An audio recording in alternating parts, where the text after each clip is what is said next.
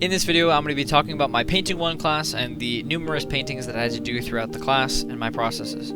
So this class actually just ended, and it was a 15-week long class, and I had to do a bunch of paintings.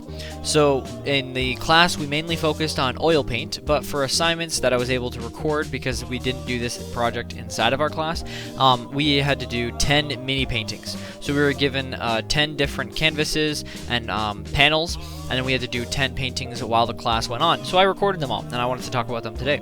So in class, we focused on oil painting, and I'll show some of the oil paintings that I did in class that I was really proud of, and I thought came out really nice. And I really wish I had recorded, but it's really weird when you're recording inside class and people are looking at you, and it's a little awkward. So that's why I try to avoid doing that. I'd avoid recording in class, but I recorded these. So for this first painting, I decided to do a, I don't really know why, but I decided to do a swamp painting. It was just this guy wandering through a swamp. Not really happy with the way this one turned out, to be completely honest. I think it's one of my least favorite ones I've done this paintings in these 10. Just because the guy kind of looks like a Lego figure, I've heard, and just doesn't look realistic. It also doesn't look as ominous or realistic as I wanted it to, and the paintings don't have much texture.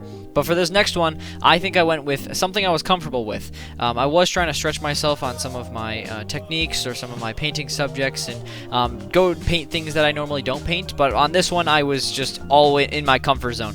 I decided to character design and just make a OC, an original character, and I went with an alligator with wearing sunglasses. So I gave this alligator a astronaut helmet, a goofy hat, and a bunch of wires, like a tank maybe that he's breathing out of, and then I gave him a little bird and a gun. I thought that was just a really funny cartoon that I drew, and I'm pretty proud of this one, honestly. This is hung on my wall. I think this is just a really funny one.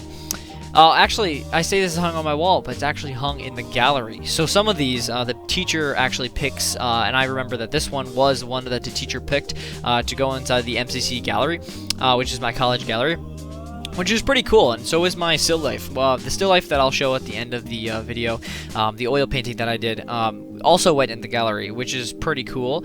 I have a giant ceramics piece, which I'll make a different video about too, of a giant rhino that was also in the gallery, and it's a lot of fun seeing my art displayed and being able to invite my parents and relatives to see the art that I've created throughout the semester. And for the most part, I'm pretty happy with all the art that I've made and the progress that I've made, because I do think I see my improvements in my skill in painting and drawing. And I will say that painting, I think, is my weakest medium. But after this class, I do think I'm a little bit stronger in color theory and a lot stronger on proportions and how to paint realism, really. Like with oil paint, I think I'm more comfortable now. And I think it's actually, honestly, I would say it's a little bit better than acrylic. But anyways, I went out of my comfort zone on this painting too, and I did an abstract painting of myself. This was a self-portrait.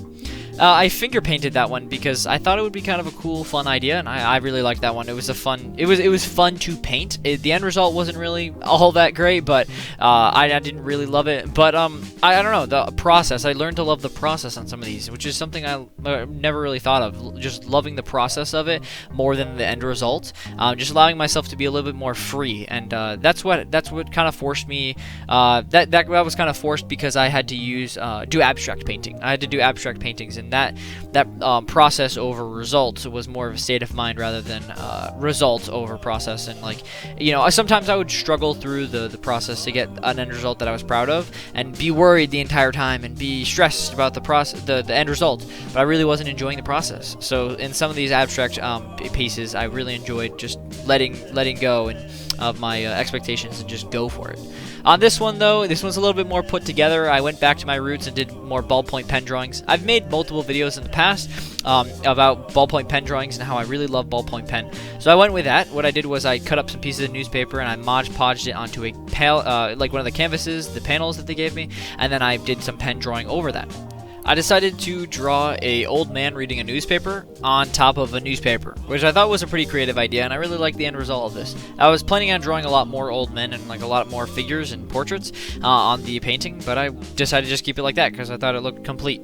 this next painting was a very complicated one. These next two are abstract paintings. So for the one abstract painting, I was going to do a very shape built abstract painting, a painting that was very reliant on blocks, circles, shape, color, and shading kind of thing. So I went in with colored pencils and I overlapped colored pencils over the acrylic paint that I painted with. I wanted to do really bright poppy colors, but this was a very put together abstract piece. It was a very rudimentary, basic abstract piece that wasn't really creative, I wouldn't say.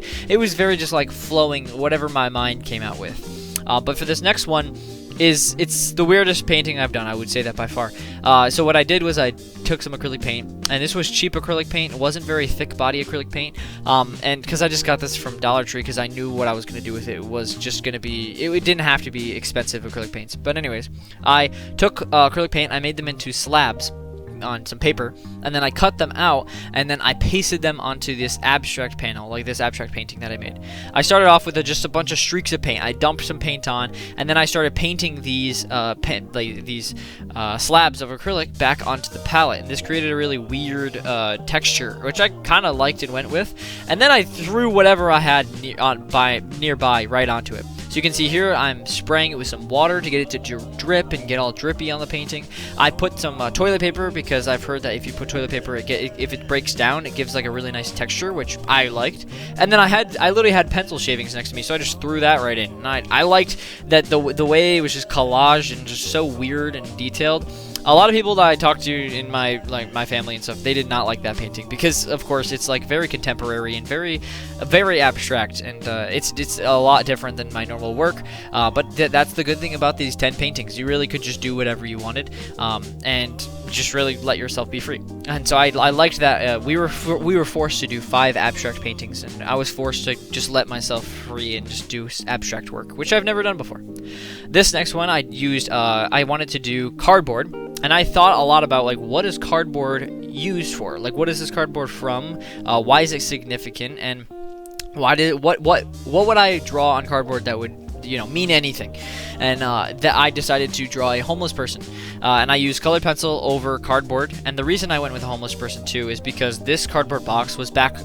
It was back from when I worked at Kohl's. And if you don't know, like, Kohl's is a very it's a clothing store, and it's a corporate brand. So I think inside this painting I really read into what a box might mean and like what it's shipping, and really it's shipping goods for a consumer society who can't stop consuming goods in a capitalistic buy society. And so I kind of went with that and that idea, and I put a homeless guy that didn't have any money, and how he got his clothes, and like what that meant to him, and what this cardboard box might be used to him, and all those ideas I think are shown inside this painting, or inside this drawing, I guess.